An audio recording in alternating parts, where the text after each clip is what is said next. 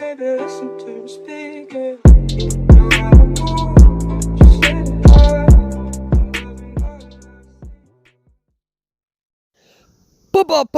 go. Persuable. What's going on, everybody? I'm going to talk about the power of rotations currently. I think I'm the 6th Mind's Eye. I have about an 80% win rate.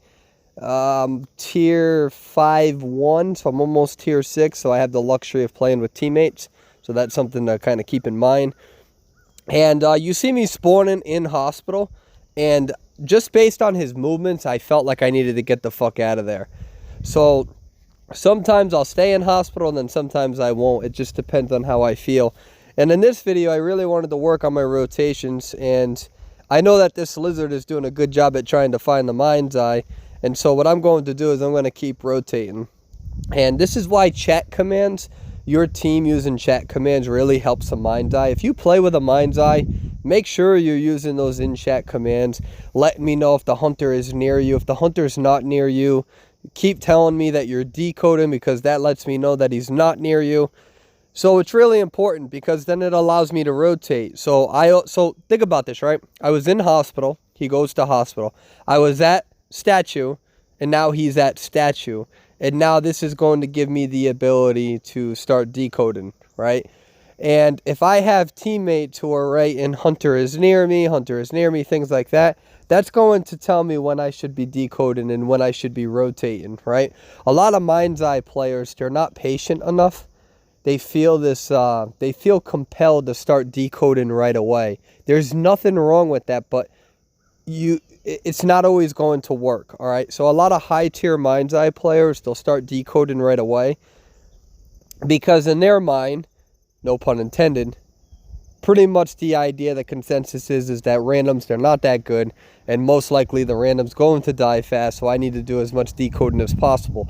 And although I understand that strategy, the worst thing that can happen is when you actually have somebody pull off an amazing 60-second kite, and then you're decoding so fast that your machine's wiggling faster than everybody else, and then somebody like a Geisha or a Wu Chang teleports right on top of you, and next thing you know, you're getting your ass kicked, right? That is a thing. So although I understand the idea of why a Mind's Eye should decode right away in legendary rank mode, and beyond that when you can only duo and you don't have a party of 4, you have to be careful with the strategy, because that strategy can willingly put you in danger. Now, one of the things that I'm realizing is that a lot of the hunters, because the hunters have incredibly high win rates, they're actually really cocky. not cocky as in like bad sportsmen. They're going into these matches still with peepers. You know, you got your violinist with peepers. You got your axe boy with peepers or blink. You got, I mean, I'm even seeing geishas with it. And the reason being so is that they think that survivors aren't that good and that they are going to kill you. Why bother trying to carry teleport to go after a Mind's Eye when the majority of the server can't kite beyond 60 seconds? That's the hunter's mindset. So I'm going to go in there and I'm going to use peepers and I'm going to use blink. I'm going to use those sorts of things, and I'm just going to get somebody down as fast as possible, so the Mind's Eye decoding isn't as good. Now, one of the things I want you to remember is that if you have a teammate that goes down that fast, all right, regardless of whether you're decoding or rotating, you're probably going to lose the match anyways, unless you pull off some sort of miraculous save. So I want Mind's Eye players to relieve that tension, take that pressure off you. It is not your responsibility if your teammates are dying in 30 seconds or 10 seconds. None whatsoever. And again, by you just, it depends. If again, when I use my cane, the majority of the times I like to rotate immediately. Because if I rotate immediately into the hunter, and you saw that in this match in itself, then what that means is that I'm going to be able to buy myself more time. You also have to make sure you're not over-rotating. If you're rotating too much, and then you're not decoding, it's a thing, it's a balance. And that's why I genuinely think that Mind's Eye takes a ridiculous amount of skill. It takes a lot of game sense. You really have to know, when do I rotate, when do I decode, and just because you're in a safe spot doesn't necessarily mean it's a good idea to stay in there, in my opinion. It depends, and it depends on which hunter you're using and which formats and builds they typically bring, such as peepers and whatnot. So in this match, what you see is you saw me accurately predict the 2 rotations of this hunter. And I was able to escape because of it. So how about we go to another match, another example of this sort of rotation of a hunter spending a lot of time trying to find me. So, give me a second. I got to drink my coffee. All right. So here I am. This is an example where I don't know. I don't know how I feel about this match. It ended up working in my favor, but I think I rotated too early. So when I used this cane, this hunter started doing that weird fucking zigzag movement. So I didn't know if the hunter was just trying to play with me for a little bit. Now I know graveyard is one of the safest spots for Mind's Eye, but I still felt like I needed to get the fuck out of there. I don't know why. Don't ask me why, but it's just game sense.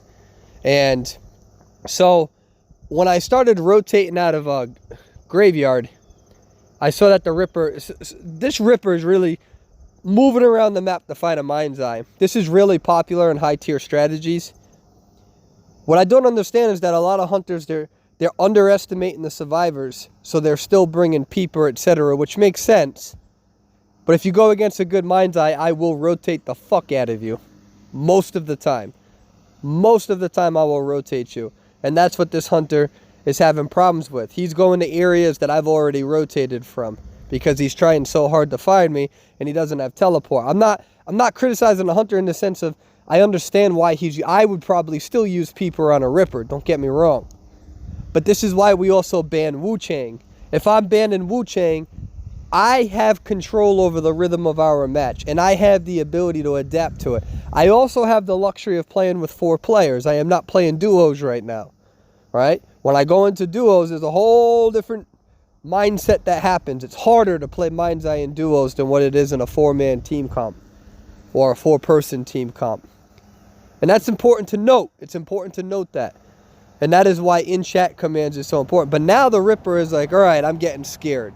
I'm getting worried because I haven't been able to decode.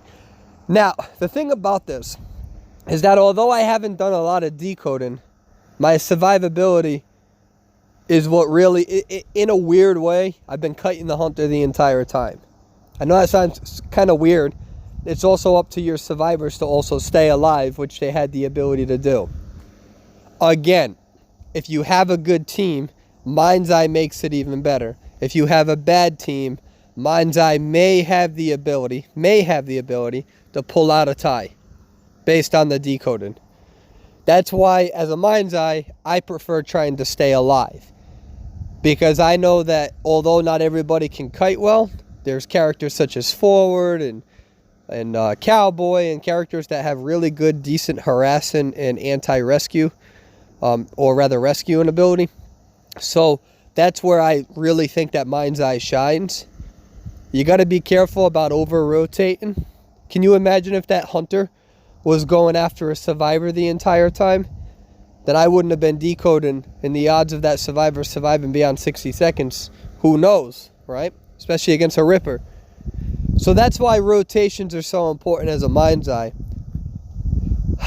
I've been playing with Elias. I've been playing with some really good survivors as well. That's something to mention. All of the survivors on this team, they're really good.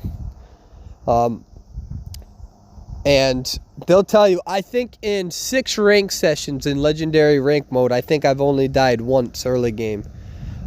Died pretty early. I got terror shocked against a violinist on Sacred Heart Hospital. And when I got terror shocked, I still kited him for probably 30 seconds, 35, 40. It wasn't a long kite. It was pretty bad.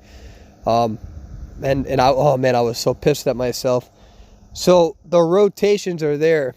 And I do want to do a video on the difference between an oh shit spawn and an oh fuck spawn. An oh shit spawn is like, oh shit, the hunter's coming towards me. An oh fuck spawn is, oh fuck, there's nothing that I can do about this spawn and the hunter's coming after me. 2 different spawn points, right? Think of Middle Broken on Red Church. That's an oh shit spawn. Like, oh shit, hunter's coming towards me. You have a little bit of wiggle room with what you can do. You actually have a lot of wiggle room.